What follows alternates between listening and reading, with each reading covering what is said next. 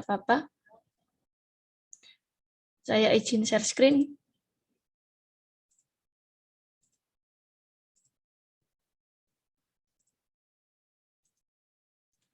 Apakah screen saya sudah terlihat? Sudah, Bu. Oke. Sebelum kita belajar, mari kita berdoa dulu. Bismillahirrahmanirrahim. Raditu billahi robba wa bil islam bidina wa bi muhammadin nabiyya wa rasulah. Rabbi zidni ilma warzuqni fahma. Amin ya rabbal alamin. Oke, pada pertemuan pagi ini, saya ingin cross-check dulu apakah tugas kemarin sudah dikumpulkan.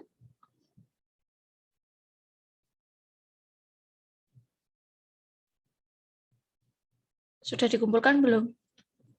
Kemarin belum ada tugas, Bu. Oh, apa saya belum upload? Kayaknya belum. Oh, Di tugas belum ada. oh ya udah, tak upload nanti ya. Saya diingatkan ya Maura ya, selaku koordinator. Oke, hari ini kita akan bahas tentang analisis varian atau kalau di statistika pendidikan itu disebut dengan ANAVA ya. ANAVA ini sangat berarti sekali pada saat kita itu mau melihat ya. Kan data itu ada variasinya, misalnya nilai 70, 80, 90, itu bisa menggunakan alat ukur, diukur ya, menggunakan alat ukur disebut dengan varians ya. Ini yang saya kuning-kuning ya, nanti dipahami lagi. Varian itu bisa berguna pada saat kita itu akan membuat kesimpulan ya. Kita itu akan membuat kesimpulan mengenai populasi ya. Jadi kita akan membuat kesimpulan mengenai populasi baik secara deskriptif maupun induktif ya. Melalui penaksiran ya, hipotesis ya yang sudah ada parameter-parameternya. Jadi setelah kita membuat hipotesis, maka kita sebenarnya dibantu ya dengan analisis varian ini untuk menyimpulkan secara deskriptif maupun induktif. Deskriptif itu yang dia menggunakan statistika yang deskriptif ya. Kalau induktif biasanya menggunakan inferensial. Nah, biasanya induktif itu ditulis dulu hipotesisnya apa ya. Dari penaksiran hipotesis kita bisa membuat kesimpulan ya. Dibantu dengan apa varian ini. Selain itu, misalnya kita punya sekumpulan data, kita bisa melukiskan derajat perbedaan atau variasi nilai data individu yang ada pada kelompok tersebut. Jadi kita bisa berapa sih derajat perbedaannya ya dari kelompok tersebut. Soalnya kan kita perlu adanya melihat ya seberapa jauh perbedaannya. Nah, kalau secara umum ya varian itu dapat digolongkan ke dalam dua hal ya, dua kelompok. Yang pertama adanya varian sistematis dan varian galap ya. Varian sistematis itu bisa ya disebut atau didefinisikan sebagai pengukuran karena adanya pengaruh yang menyebabkan skor atau nilai data lebih condong ke satu arah tertentu dibandingkan ke arah lain. Jadi varian sistematis ini itu bisa disebut sebagai pengukuran ya karena adanya pengaruh yang menyebabkan skor atau nilai data lebih condong ke satu arah tertentu dibandingkan ke arah lain. Jadi dilihat varian sistematisnya seperti apa. Kemudian salah satu jenis varian sistematis itu dalam kumpulan data hasil penelitian ya. Contohnya seperti ini. Varian antara kelompok atau disebut juga varian eksperimental. Jadi varian sistematis itu biasanya disebut dengan varian eksperimental ya. Kemudian untuk varian sistematis ini itu dapat menggambarkan perbedaan antara kelompok-kelompok hasil pengukuran. Jadi kelebihan dari varian sistematis bisa menggambarkan perbedaan antara kelompok-kelompok ya. Digambarkan kelompok ini seperti apa, kelompok ini seperti apa ya. bisa disimpulkan ya, varian ini ya, perbedaan ini atau varian ini bisa terjadi karena adanya perbedaan kelompok individu. Misalnya kelompok A ya. Kelompok A itu kelompok sing pinter-pinter, nah misalnya kayak gitu. Nanti bisa dianalisis dengan kelompok yang biasa-biasa saja. Nah, pinter dengan biasa ini disebabkan karena adanya perbedaan antara individu itu tersebut ya.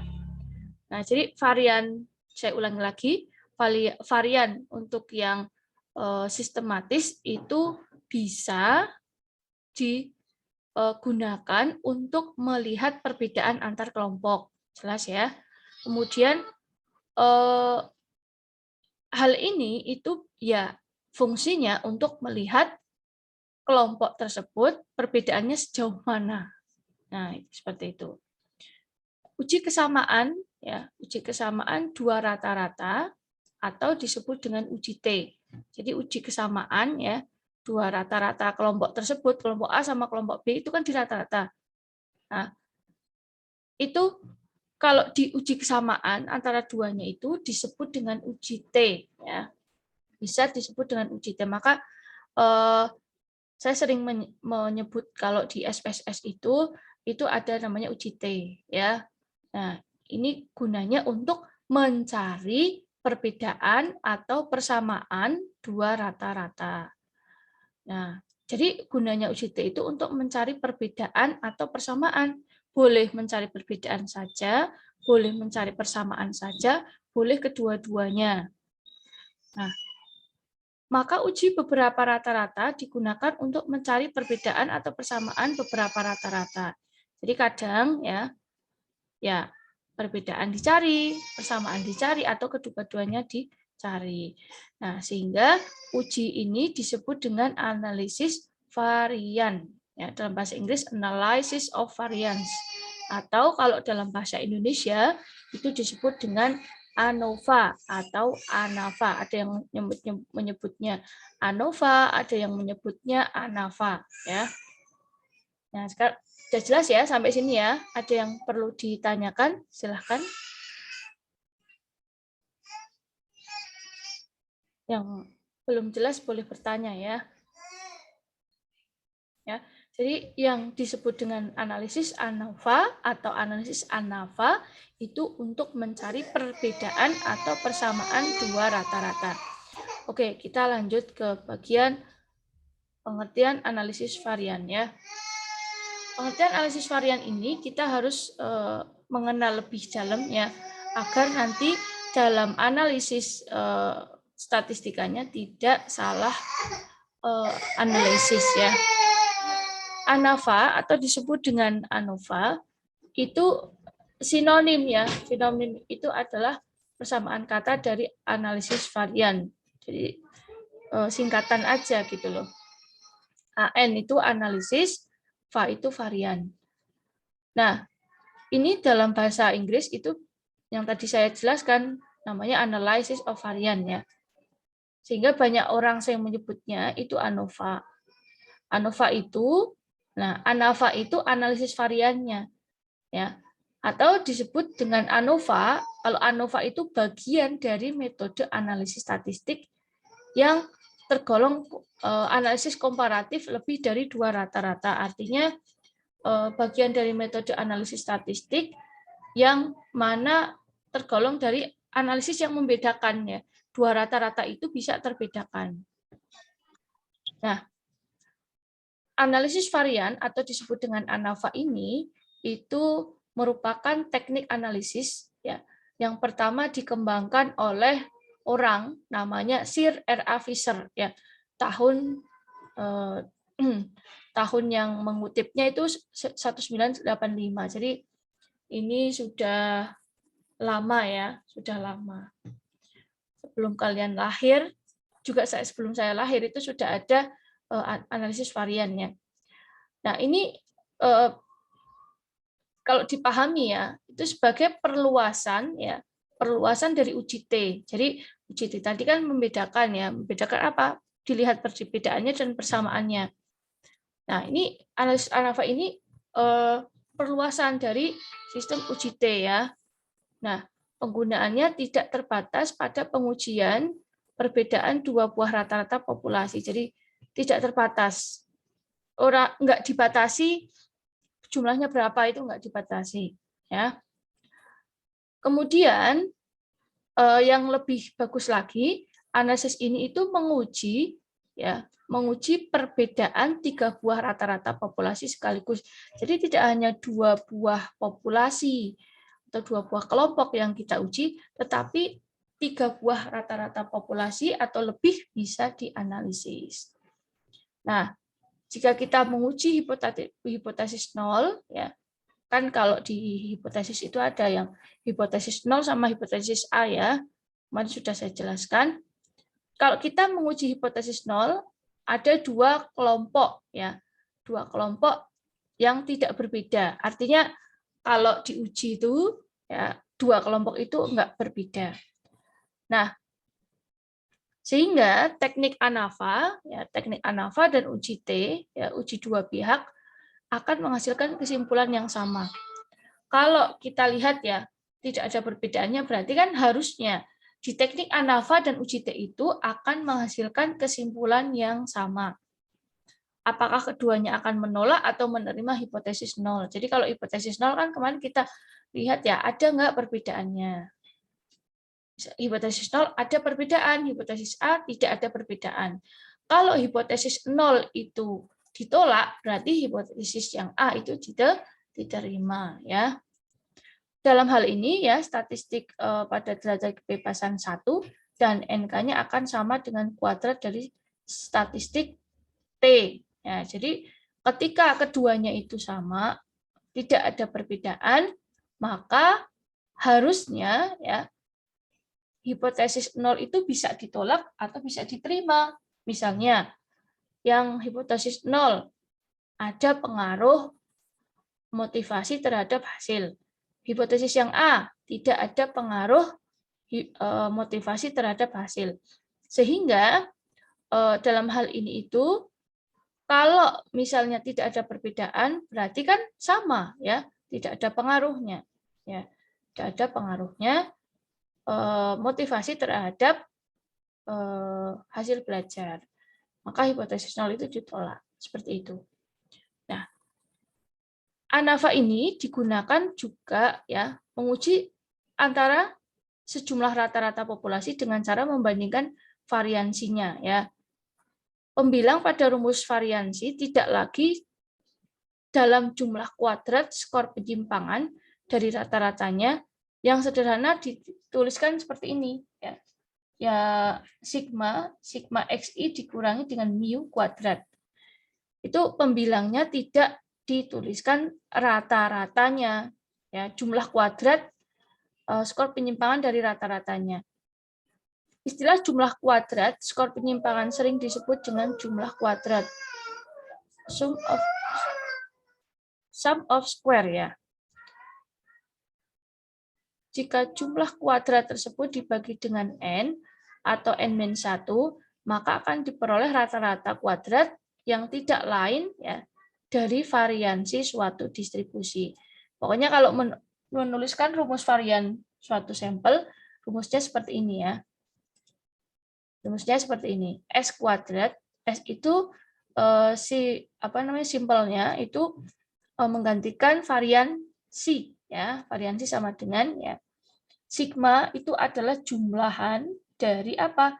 Dari data, ya, Y1 min Y bar. Y bar ini adalah rata-ratanya, ya, rata-ratanya.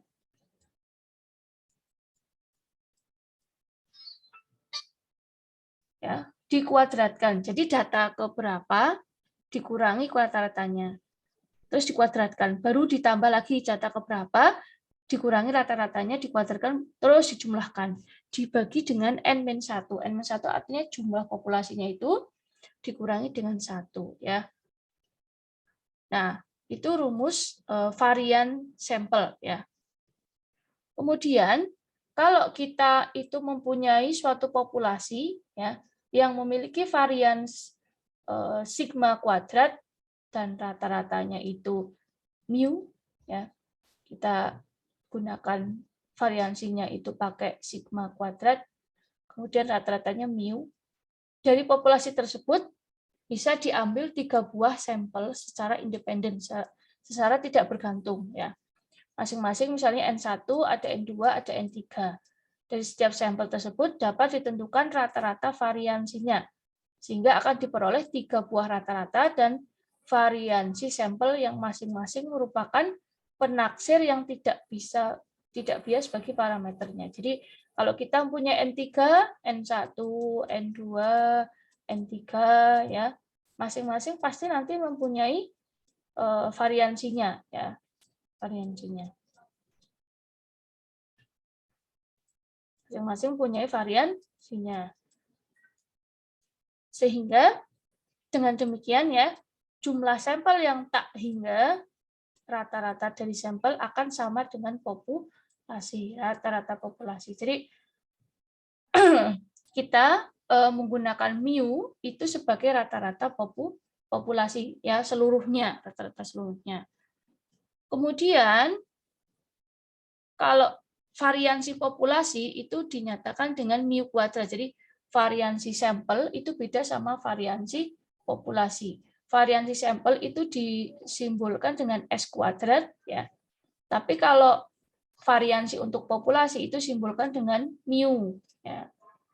Jadi harap diperhatikan ya, sekali lagi variansi untuk populasi itu disimbolkan dengan mu, variansi untuk sampel ya yang diambil itu disimbolkan dengan S kuadrat. Kemudian rata-rata biasanya kalau yang sampel itu dituliskan Y bar ya, Y bar itu ini merupakan rata-rata dari sampel. Tapi kalau rata-rata untuk populasi itu disimbolkan dengan mu ya. Jadi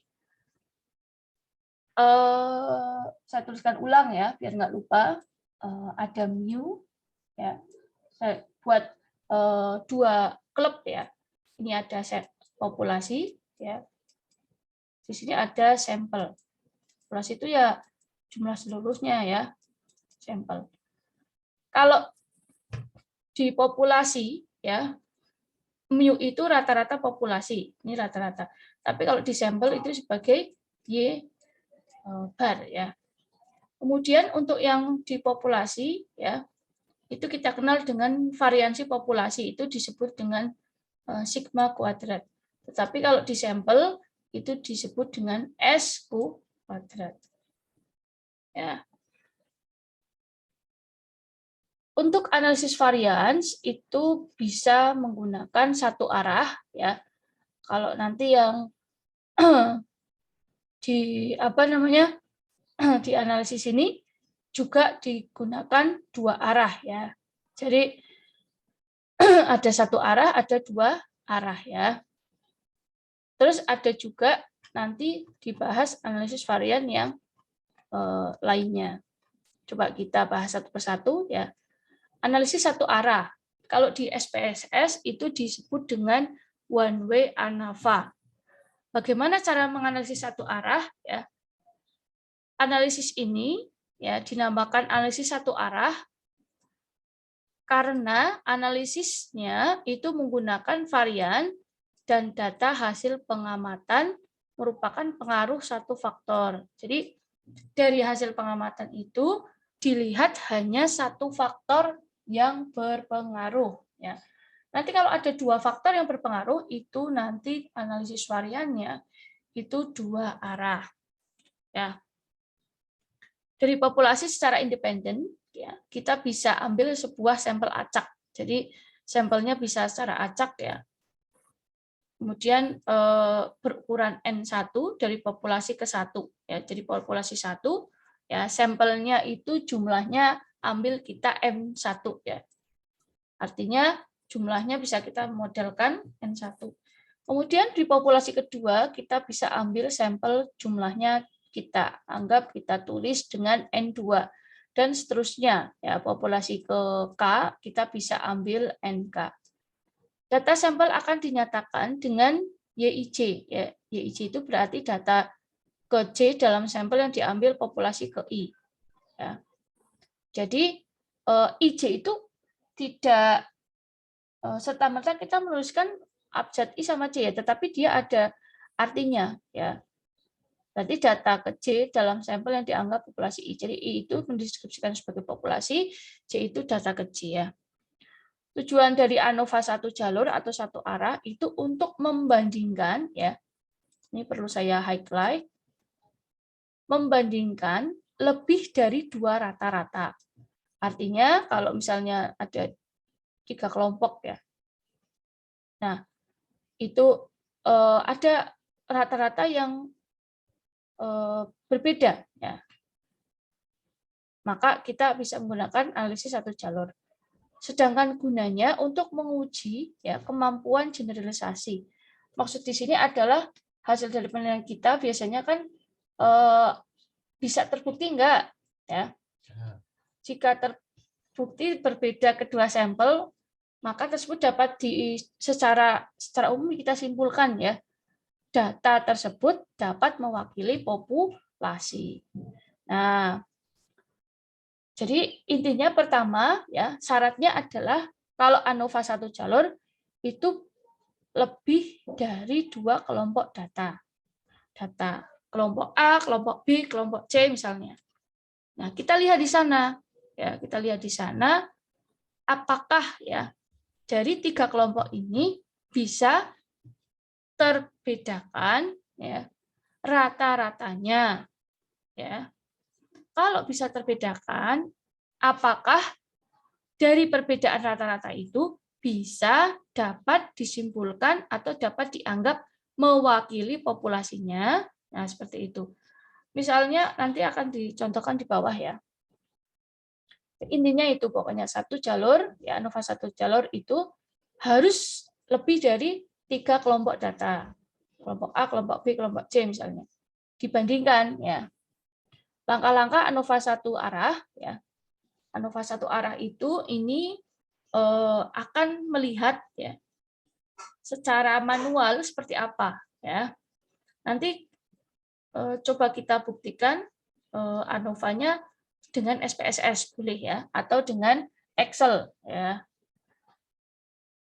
Nah, kita pertama langkah yang harus ditempuh adalah sebelum ANOVA dihitung, kita mengasumsikan, memperkirakan, mendeskripsikan bahwa data dipilih secara random. Data tersebut terdistribusi normal dan variannya homogen. Jadi dilihat dulu ya. Kalau kita sudah mengambil data acak, ternyata datanya itu terdistribusi normal dan variannya itu homogen ya.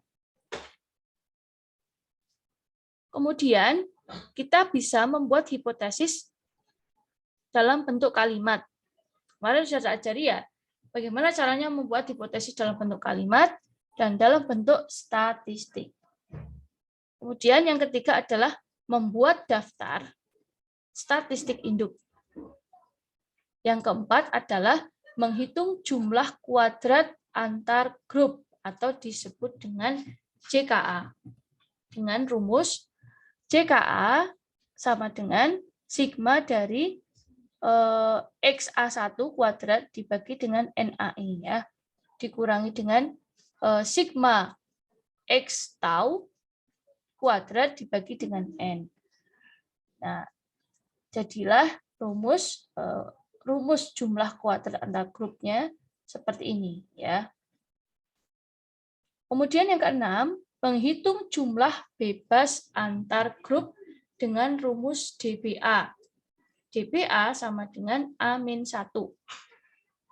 Ya, DBA kita bisa menghitung jumlah derajat bebas antar grup dengan rumus A-1. Kemudian menghitung jumlah rata antar grup. Ya, bedakan jumlah rata antar grup itu disingkat dengan KRA. KRA bisa ini imbas dari DBA. KRA itu sama dengan JKA ya, JKA yang ini ya. Dibagi dengan DBA. Nah, seperti itu. Kemudian yang kedelapan, menghitung jumlah kuadrat dalam antar grup dengan rumus seperti itu. Jadi, menghitung jumlah kuadrat dalam antar grup. Ingat, JKA itu beda sama JKD. JKA tadi jumlah kuadrat antar grup. Sedangkan JKD itu jumlah kuadrat antar grup yang A ya tadi ya. Sekarang yang jumlah kuadrat antar grup ya. Yang D. Ini rumusnya. Maka diperoleh dengan seperti ini ya. Kemudian 9, menghitung derajat bebas dalam grup dengan rumus DBD. Nah, ini N-A ya. N-A itu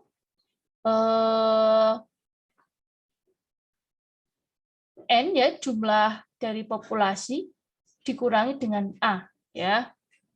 Kemudian yang 10 itu menghitung kuadrat rata dalam antar grup dengan rumus KRD. Kalau tadi KRA ya.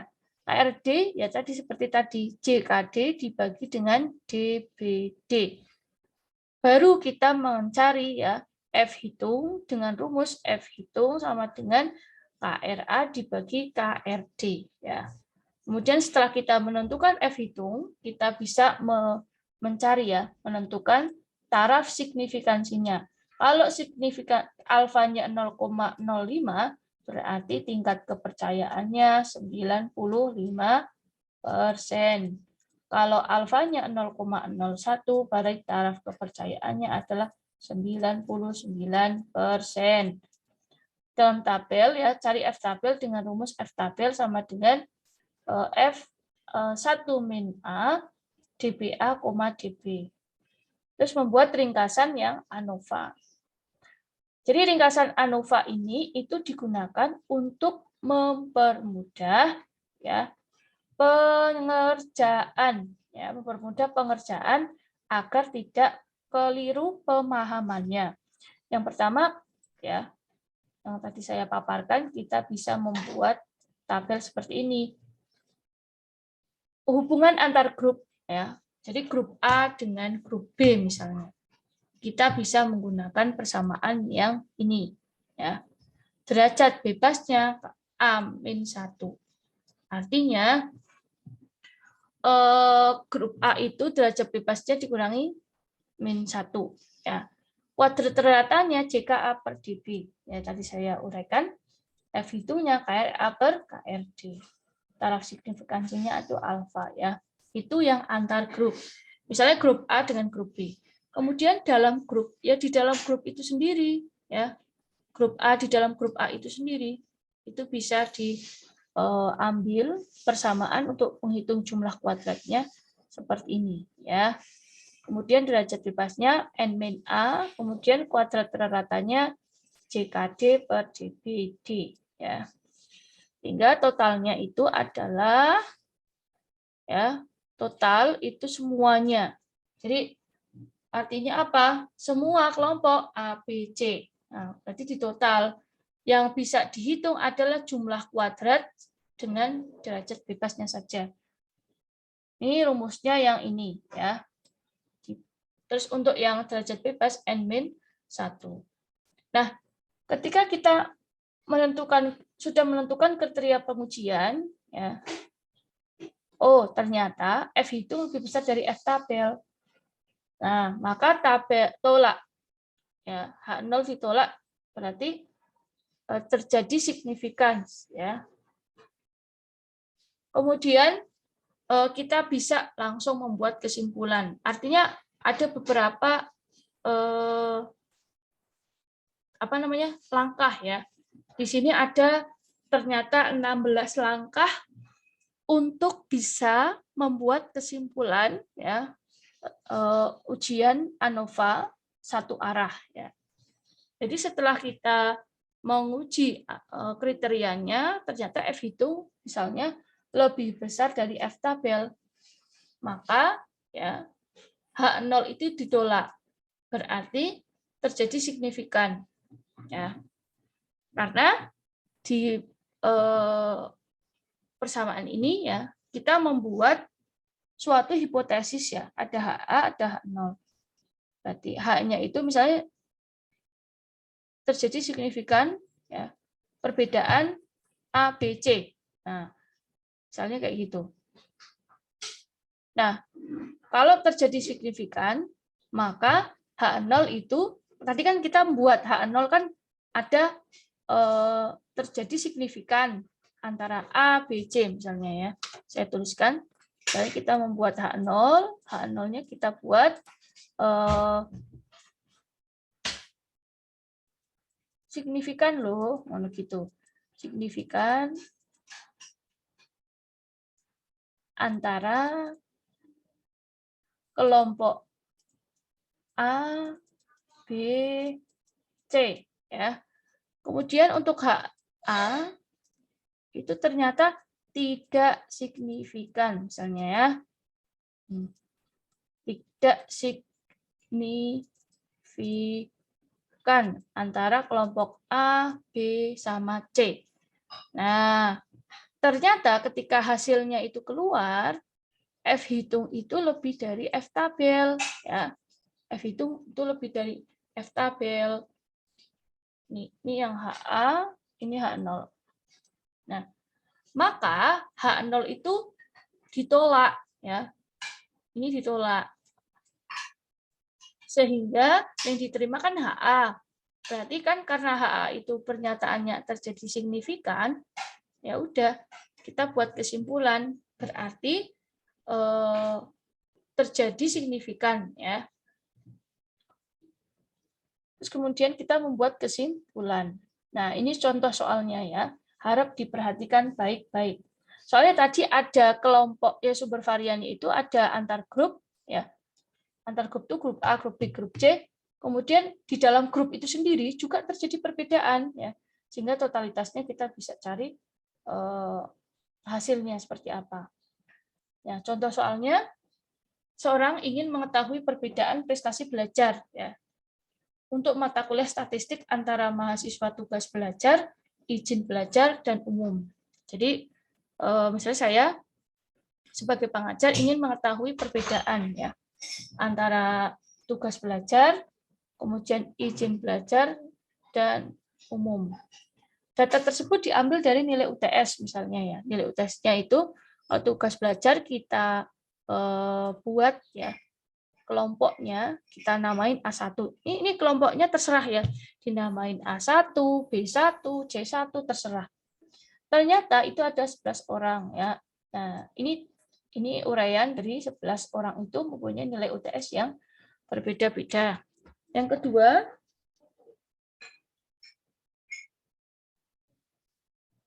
untuk kelompok izin belajar, maka kita bisa membuat suatu kelompok dan kita menamainya A2. Ingat ya, untuk 1, 2, 3 itu harus dalam bentuk indeks. Kemudian ya, terdapat 12 orang dengan nilai UTS yang berbeda-beda. Ada 5, 6, 7, dan seterusnya. Yang kelompok ketiga itu kelompok umum. Ya, kelompok umum kita bisa membuat notasi A3. Terdapat 12 orang ya. Nah, pertanyaannya adalah apakah ada perbedaan atau tidak ya. Kemarin yang waktu UTS itu sudah memberikan judul perbedaan bla bla bla bla kayak gitu ya. Nah, itu boleh nanti secara statistikanya diinput lagi, ditambahin lagi ya. Besok kalau UAS ya diperbaiki lagi. Itu ditambah ada uji bedanya menggunakan analisis one way ANOVA atau satu arah ya, satu jalur. Ya, pertanyaannya ada perbedaan enggak dari kelompok A1, kelompok A2, kelompok A3? Ya. Soalnya setiap kelompok itu berbeda-beda, ada yang 11 orang, ada yang 12 orang, ada yang 12 orang. Nah, langkah penyesuaiannya tadi ada 16 langkah ya. Di sini ya betul ada 16 langkah. Yang langkah pertama itu kita harus mengasumsikan ya, data tersebut, ya data UTS itu dipilih secara random atau acak. Kemudian kalau diuji itu distribusi normal dan variannya itu homogen ya. Rata-rata kelompoknya itu homogen atau seragam.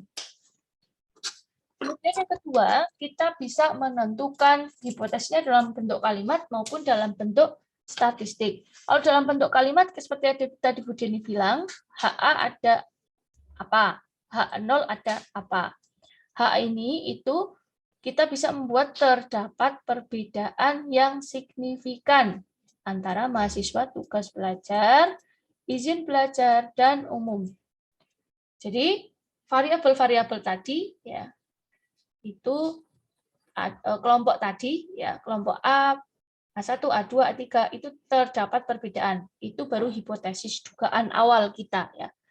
Kemudian dugaan 0 kita atau disebut dengan H0 itu tidak ada perbedaan yang signifikan antara mahasiswa tugas belajar, izin belajar, dan umum. Ya. Dari hipotesis dalam bentuk kalimat seperti itu ya. Kemudian kita membuat hipotesis dalam bentuk statistik. Misalnya gini, di dalam HA kita boleh membuat pernyataan A1 tidak sama dengan A2, tetapi A2 itu sama dengan A3. Atau di dalam HA ya, kita balik A1 ya. Ini kayaknya ada yang sama ya malah ya. Misalnya gini, A1 itu sama dengan, dibuat sama dengan aja ya. Soalnya HA sama H0 itu harus berbeda ya. Ini H0 misalnya. H0 itu A1 sama dengan A2 sama dengan A3 misalnya ya. Dibuat seperti itu. Nah, dilihat di sini apa statistik yang harus kita uraikan. Yang pertama adalah kita tulis di kolom ya, kolom pertama semua data. Jadi semua data dari 1 sampai 10 nilai UTS-nya. Kemudian kolom kedua itu A2 juga semua data 1 sampai 12 ya ditulis. Kemudian kolom ketiga itu 1 sampai 12 juga ditulis. Nah, dari A1, A2, A3 itu dicari A kuadratnya. A kuadratnya berarti ya masing-masing baris dicari ya. 6 kuadrat berarti 36. 8 kuadrat berarti 64, 5 kuadrat berarti 25, dan seterusnya. Itu di jumlah-jumlahannya 496. Begitu juga untuk yang A2 kuadrat dan A3 kuadrat. Seperti itu ya. Kemudian kita menganalisis meannya ya. Kalau ini adalah jumlahan dari X-nya ya, jumlahan dari datanya. 6 tambah 8 tambah 5 dan seterusnya. Kemudian kolom B itu 5 tambah 6 tambah 6 ya. Diperoleh 71. Kemudian kolom 3, kolom A3 itu 6 tambah 9 tambah 8 tambah 7 terdapat jumlahnya 90 dan seterusnya. Nah, mean itu adalah rata-ratanya. Berarti 73 dibagi 11 ya. Untuk mean berarti ini 73 dibagi 11.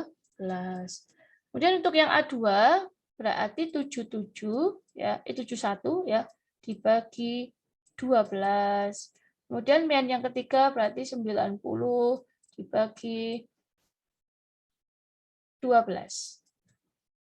Nah, diperoleh masing-masing kelompok itu mempunyai rata-ratanya. Berarti 6,64 untuk rata-rata yang A, kemudian 5,92 untuk rata-rata yang kedua, dan rata-rata yang ketiga adalah 7,5. Ya.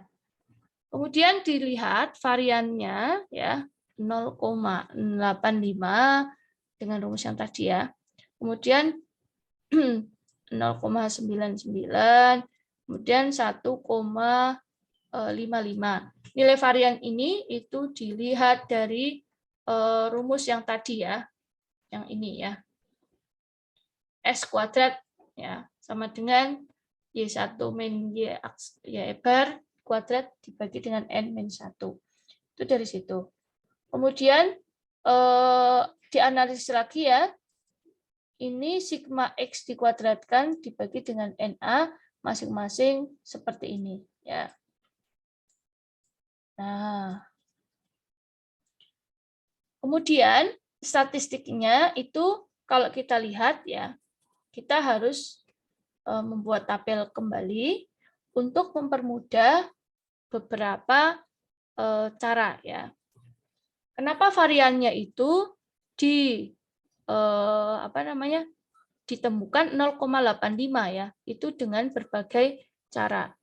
N-nya masing-masing untuk kelompok 1 itu 11, sigma X-nya itu 73 yang tadi ya. Kemudian sigma X kuadratnya itu 943 yang tadi ini ya. 943, kemudian X bar-nya atau rata-ratanya 6,64, dan sigma X dikuadratkan dibagi dengan NA itu masing-masing seperti ini, sehingga variannya seperti ini. Dari 3 ini, variannya itu, ya totalnya ini dijumlah. Ya, dijumlah menjadi 1,33. Nah, jadinya 1,33. Setelah tabel tersebut terpenuhi, kita akan melihat ya, menghitung jumlah kuadrat antar grup atau disebut dengan JKA ya. Nah, rumusnya seperti itu. Jadi JKA sama dengan sigma ya, jumlahan XAI kuadrat dibagi dengan NA. Jadi yang tadi 73 ya, XAI itu berarti jumlahan dari yang 73 itu berarti data yang ke A ya. Nah, itu yang dikuadratkan 73 dibagi dengan jumlah dari kelompok yang A kan 11 ya. Kemudian kelompok yang B kan 11 ya. B itu 12 ya. Ini ada yang kesalahan ya. Ini harusnya 12 ya. Kemudian kelompok yang C adalah 12, 90 per 12. Nanti ini pasti nilainya akan berbeda ya, soalnya ini ada salah penulisan. Harusnya kan 71 kuadrat dibagi dengan jumlah sampel yang B. Jumlah sampel yang B itu adalah 12. Kemudian kita menghitung jumlah derajat bebas antar grup. Kalau grupnya itu A-nya sama dengan 3, maka derajat kebebasannya adalah 2. Ya. A itu jumlah grup A ya. Kemudian kita menghitung kuadrat rata antar grup. Kuadrat rata antar grup itu disebut dengan KRA ya, antar grup. Itu disebut dengan KRA ya, sama dengan JKA per DBA. Nah, JKA itu tadi sudah dihasilkan ya. Pasti ini tidak 15,07 soalnya di sini ada errornya harusnya per 12. Tapi nggak apa-apa misalnya JKA-nya kita masukin ya 15,07 ya dibagi dengan 2. 2 itu derajat kebebasan. Maka diperoleh 7,52 ya KRA-nya. Kemudian kita bisa kalau yang KRA itu antar grup ya. Kalau JKD ya, kita mencari jumlah kuadrat dalam, jadi kuadrat dalam tapi antar grup. Setiap grup itu kan pasti ada perbedaannya. Nah, di dalam grup itu. Nah, kita mencari jumlah kuadrat dalam antar grup. Ya, diperhatikan ya, JKD sama JKA. Kalau JKA itu adalah jumlah kuadrat antar grup.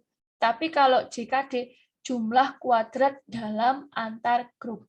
Ya. Ini menggunakan rumus yang seperti tadi ya. Tetapi ini ada juga kesalahan, harusnya 71 per 12. Karena sampel yang kedua itu 12. Ya. Ini pasti nilainya berbeda, ini tidak 36,47, nanti silakan dihitung kembali ya. Nah, jumlah derajat bebasnya, jumlah kuadrat dalam antar grupnya itu ternyata 36,47. Nah, setelah itu, kita bisa menghitung derajat bebas dalam grup. Ya, menghitung derajat bebas dalam grup.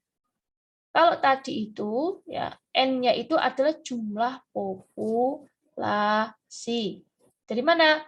Yang kelompok A kan 11, kelompok B kan 12, kelompok C itu 12. Berarti kalau dijumlah 35.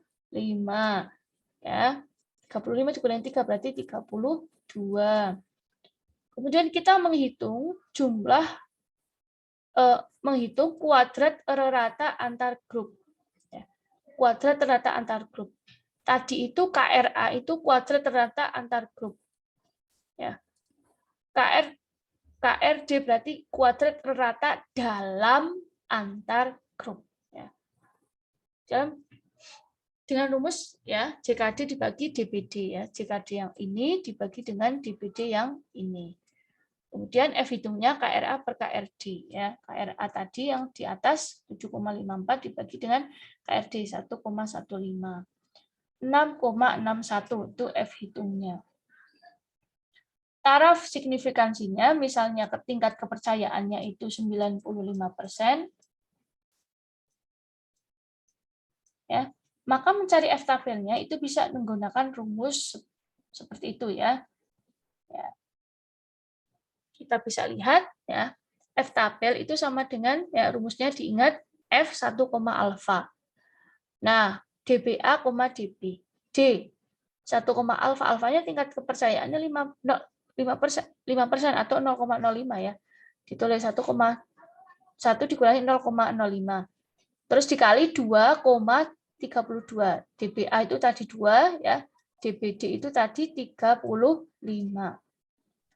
Kemudian F tabelnya kita bisa F ya, tadi hasil dari ini kan 0,95. Kemudian hasil ini tetap ya 2, terus DBD-nya di koma 32. Sehingga menjadi ya 3,30 ya. 3,30. Nah, cara mencari nilai F tabel 3,30 artinya angka F tabel itu 0,95 taraf kepercayaannya ya. Angka 2 itu pembilang ya. Angka 32 itu penyebut ya. Apabila angka 2 dicari ke kanan dan angka 32 dicari ke bawah, maka akan bertemu ya F tabelnya 3,30. Untuk taraf signifikansi 5% dipilih bagian atas dan 1% dipilih bagian bawah. Nah, ini sebenarnya kita nanti akan mencari ya di tabel khusus ya. Ini serangkaian ini menggunakan tabel khusus ya, tabel khusus. Nah, kemudian tabel ringkasan ANOVA-nya kita bisa membuat ringkasannya. JK tadi ya, JKA 15,07, JKD 13,0, totalnya itu berarti dijumlah ya. Ini ditambah dengan ini. Kemudian derajat bebasnya itu yang JKA 2, terus JKD itu 32, totalnya berarti ini dijumlah. Nah, kuadrat rata-ratanya ya, KRA itu 7,4, KRD itu 1,4.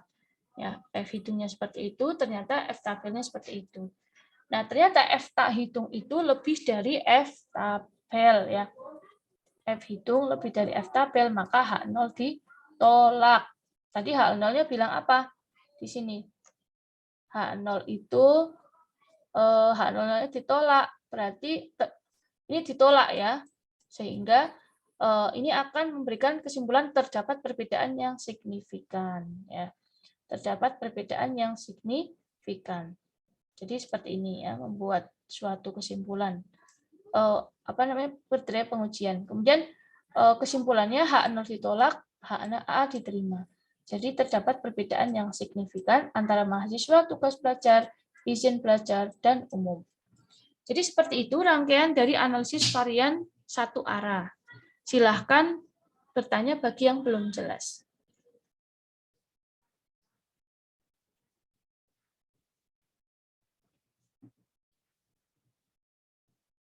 Yuk.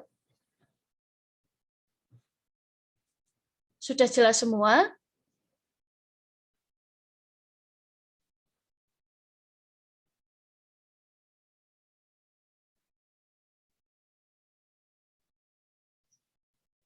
Sudah jelas semua? Silahkan bertanya bagi yang belum jelas. Ya. Apa langsung ke praktek sendiri ya, boleh praktek sendiri. Saya buatkan soalnya, misalnya ada kita akan mengetahui perbedaan kemampuan ya, kemampuan melakukan praktek ya. Misalnya si Excel,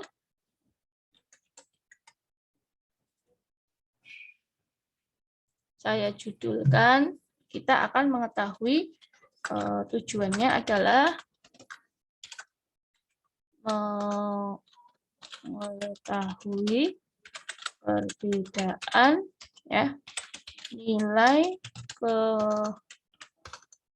kemampuan ya praktek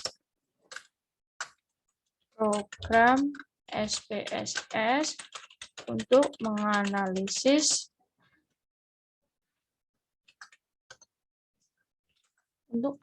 regresi misalnya. Analisis regresi. Nah, di dalam ini saya sebagai pengajar itu mengajar misalnya ya kelompoknya ada 3 kelompok misalnya. Kelompoknya ada kelompok A, kemudian kelompok B, kelompok C ya. Masing-masing kelompok itu ada nilainya ya. Misalnya ini saya buat ya nilainya sama-sama ya, paling gampang 10 orang aja ya. Saya ambil kelompok A ya, kelas A.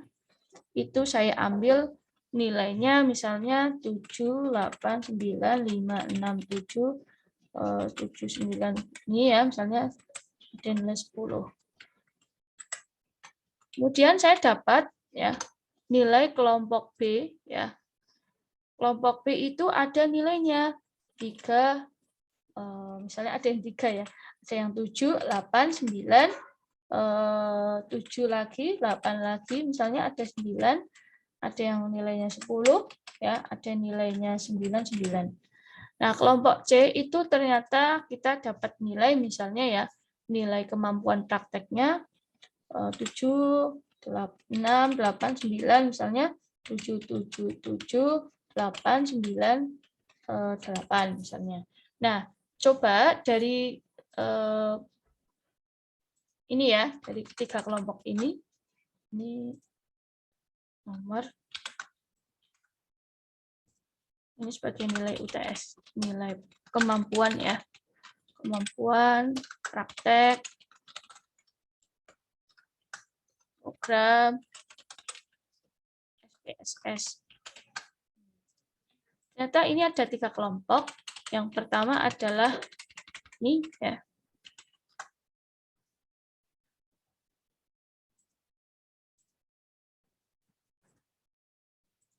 Nah, seperti ini ya.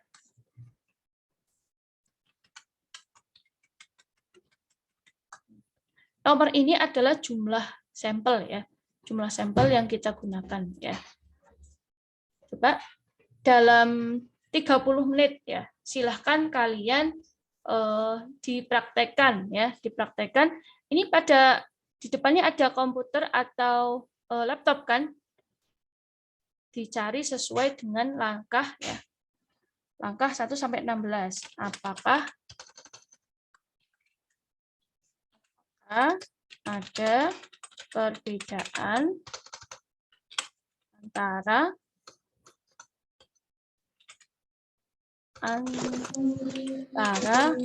ketiga kelompok tersebut?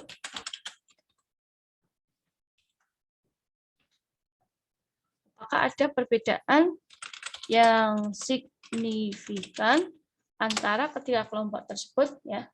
Silahkan 30 menit dikerjakan ya. Semuanya mengerjakan, nanti disetorkan sekarang ya, sampai 30 menit itu dapat apa? Enggak apa-apa, nanti dipresentasikan. 25 menit aja ya. 20 menit, 5 menit dikerjakan ya, biar nanti tidak lupa. Soalnya kalau tidak langsung kerjakan nanti ilmunya lupa ya. Coba dari Bu Deni yang data nilai ini dikerjakan seperti itu. Ada pertanyaan? Saya siapkan dulu tabelnya, ya. Kalian mulai mengerjakan. Tidak ada masalah kan dengan analisisnya kan? Semuanya sudah terekam jelas di contoh soal yang tadi ya. Sini ya.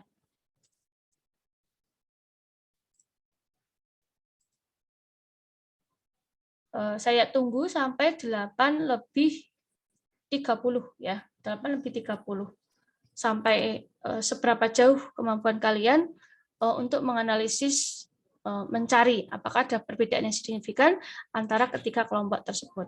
Silahkan bisa menggunakan Excel ya.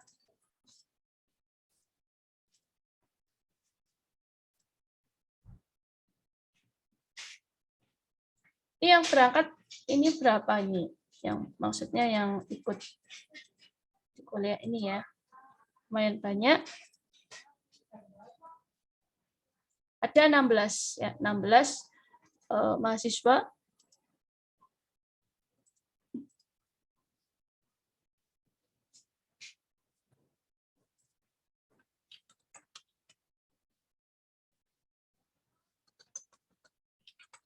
Saya sniping dulu ya, maksudnya saya screenshot. Terus ini soalnya saya kirim ke grup aja ya, soalnya saya harus mencari data tabel ya, tabel untuk F tabel tadi. Itu kan harus ada.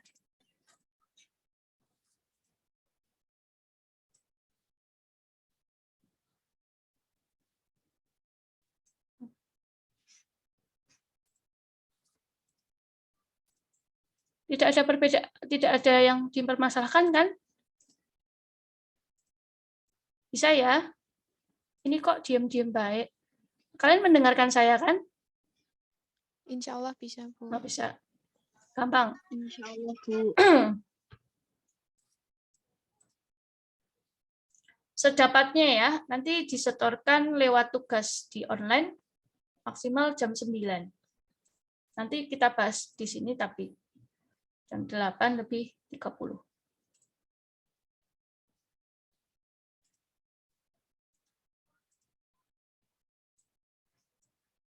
Saya nggak tahu ini yang banyak mahasiswa yang nggak ikut online.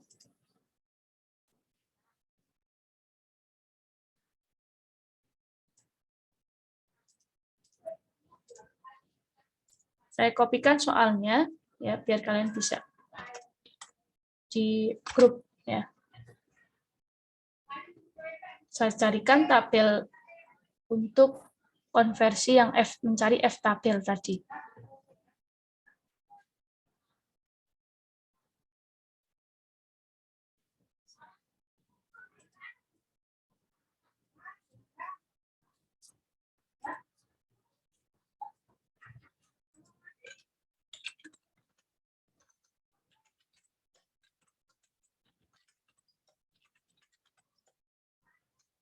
Ini panduan mengerjakannya buku Yulingga ya.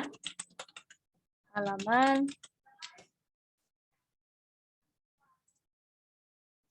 116 sampai